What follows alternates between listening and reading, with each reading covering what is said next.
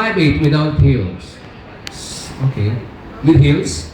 I think 6'2" or flat 6. Flat 6. Okay. Please pick one. Bea. Bea. Meron kaming Bea dito maganda. Kaya lang maliit siya. Anyway, question number 9. Are you ready? Judges, take note. Here's your question. But our Bea is beautiful.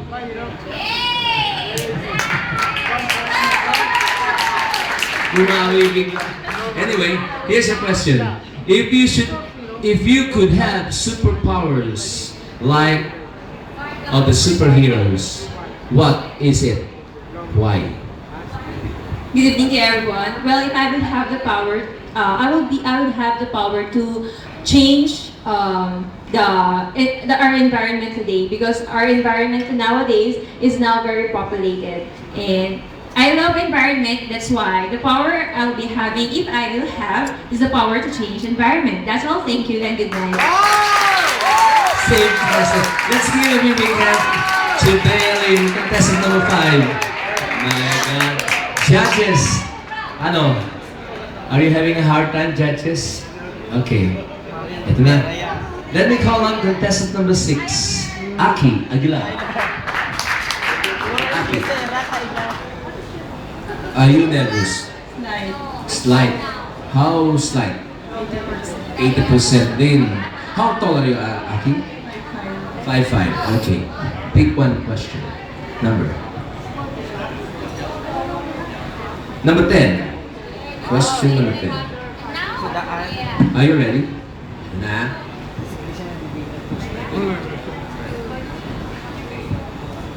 Sige.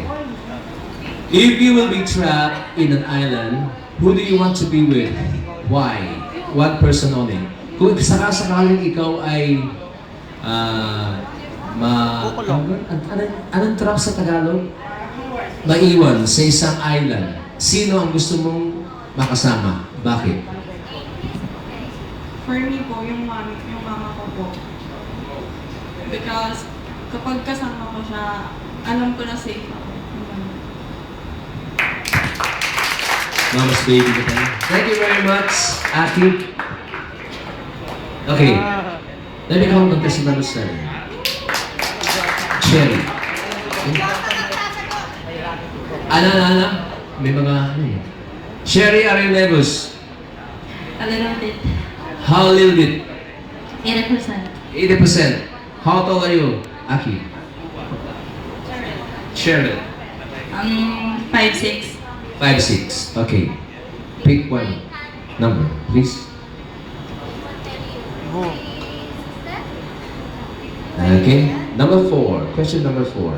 Doon tayo, feedback tayo. Okay. Here's your question. If given a chance, would you prefer to work abroad or just here in the Philippines? Why?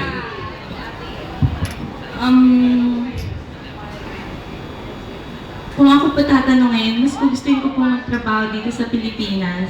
Kasi hindi ko masyado pa po akong bata para gawin yung mga hindi ko pa kayang gawin doon.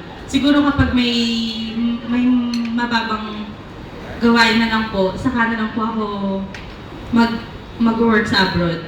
Para kung sakali, makayanan ko yung mga ginagawa na. Thank you very much, Sharon. Okay. Now we have contestant number 8, Edgel Demulfo. Are you nervous, Edgel? How their friends call you? Edge. Edge. Yeah, ang lakas ng edge mo ngayon eh. Anyway, how tall are you, Edge? 5'5". 5'5". You stay in? Stay in Quezon City. Quezon City, yes. Anyway, pick one question.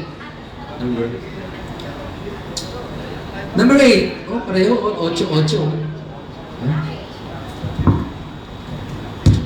Okay, Edge, here's your question. Doon tayo at mag-feedback tayo na. What do you think is your great asset? Ano ang sa palagay mo ang meron ka na wala sila? Explain why. Except from my smile and my motivation, I can say my edge is one of my edges, my confidence, because even I'm not that sexy like them, I know I can stand in front of you without any regret that I can also compete with these beautiful ladies. That's all. Thank you. Thank you very much, Edge. Okay, last but not least, I like to call on Wawel. Wawel, why Wawel? It comes from America. American. Wawel, is that your real name? Wawel. And Wawel. Ann Wawel. Okay. Are you nervous? Ann Wawel? Slide. Slide din. How many percent? 80%. Okay, 80%. Okay. Pick one number, please. Ito na tayo. Question number 3. Okay. Guys, judges, her question is, what do you prefer for a boyfriend? Younger or older than you? Explain. Younger. Because doon ko makikita kasi yung isang tao kung totoo ba siya o hindi. Yun lang. Thank you. Thank you, Mama. Ladies and gentlemen, in front of you are our 9 contestants tonight vying for the Bikini Open 4th weekly elimination round. Let's give them a big, big hand.